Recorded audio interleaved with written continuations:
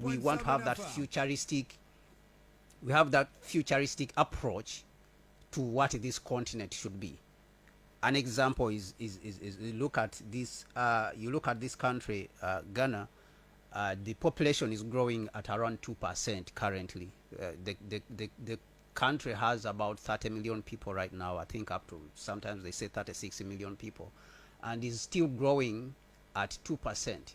So if the country is growing at 2%, then you know that in 20 years we are going to have about 47.5 million people. So then you should be planning now.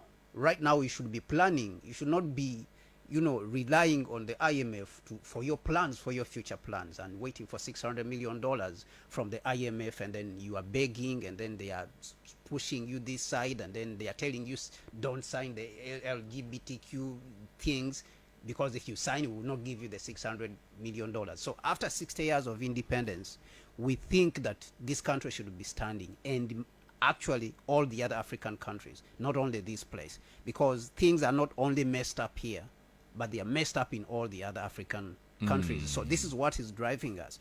So that futuristic approach, you should have it. Now, what we are looking at as the SCUP is that in 20 years, if we get this country to transform it, what do we need to do? So when we sat down, we looked at the country and we said that we need to grow at around 10% as an economy, and this will give us in 20 years. We want to transform this country that the GDP per capita, which is currently around $2,200, we want to transform that to 20,000. Now that gives us a GDP of around together as a country currently it is 70 billion. It gives us a GDP in 20 years, if we are growing at 10% with the current GDP as a base, will give us around $800 billion as a country. No, only Ghana. Okay. But when we are talking about Africa, is to be around $65 trillion. It will be around 3 times the economy of the United States. That will make us very powerful. Yes, so that makes us very powerful as a continent. But where does this start from?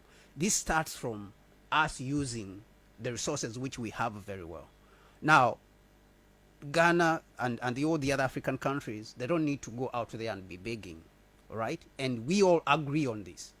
If we use the resources which we have, and this is where the question which you asked me is answered. What is really the problem? The problem is courage. Let me take you to Tanzania, for example. President Magufuli of Tanzania, when he came to power, he was there just 5 years, but in 5 years he was able to build a 2,000 megawatt dam, put back the country's airline which had collapsed, and buy 7 fresh planes, new, and put back Tanzania Air, and build a railway platform, build a railway almost 1,000 kilometers of rail. Within 5 years? Within 5 years before he died. Now, where did he get the money? That's the thing. So what President Magufuli did is it requires a lot of courage. And of course, some people even say that this is the reason why he died. Yeah. Because he went back and renegotiated the contracts. The mining contracts. Already signed contracts. Yes, the mining contracts. Because these people are stealing from us. Mostly before you can do that, it has to be like a coup d'etat. Then you can say, okay, because it doesn't necessarily have to be that has been our mental. Because we are in a democratic dispensation. All right. We are democratic. If you check the 5 African countries, West African countries that has been able to change their mining contract, they have to be. No, but President Magufuli did not come through. That was a smart move. He came through a democratic. He just sat down. He was voted. Okay. He was voted into power. Yeah, I know. Yeah, so this is what President Akufo-Addo should have done. What President Akufo-Addo... But the politicians have told us it's not possible. No, it's already it is. Signed the agreement. You can't go back. That is why I say that it is the courage. So it requires courage. President Akufo-Addo... So when sorry to interject, when our brother Kennedy Japan was saying that when he comes, he will sit down and then renegotiate. No, they have to. It was something that he can do. So I'll show you some of the figures here. Now, when President Akufo-Addo was in opposition and he wanted to come to power, and he said we are sitting on money. Yeah, he was right. Indeed, we are sitting on money. Yes, we are sitting on the money. He was right, but to get that money back, and give it to your people and build the infrastructure, the modern infrastructure you want, you have to have courage. You have to take this money with courage.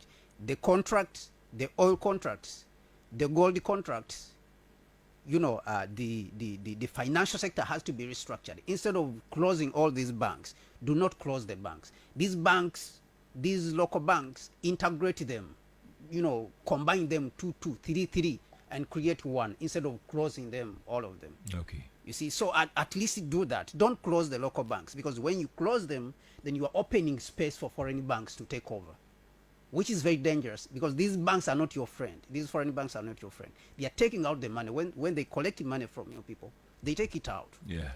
So the local banks, they keep the money in the country. Now, when we go to the oil contracts, the country at least should be able to retain at least 60%. That is what the SUP is envisioning. The country should be able to retain at least for gold 60% of the revenue which is coming from gold. 60%.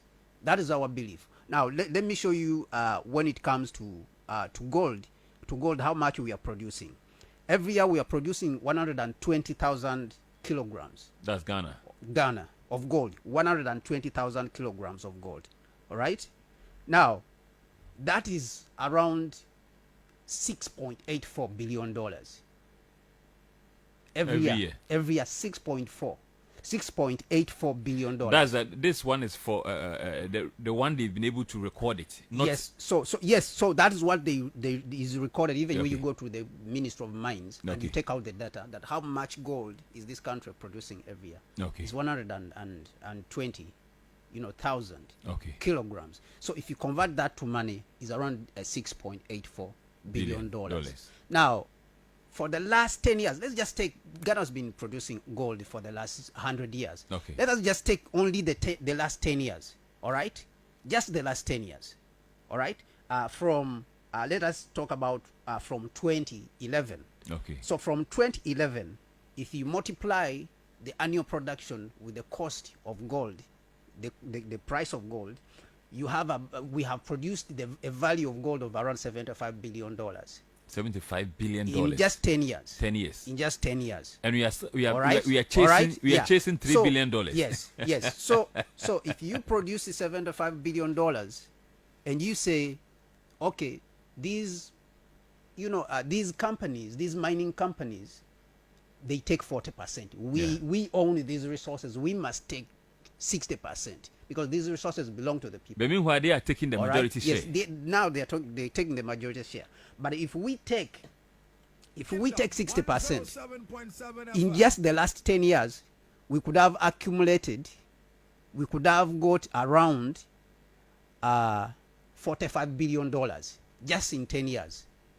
Now I'm talking about only gold. Only gold. Only gold. I've not spoken about oil. Cocoa, I've oil. not spoken about bauxite. I've not spoken about the cocoa, because the cocoa we are earning about around $3 billion every year.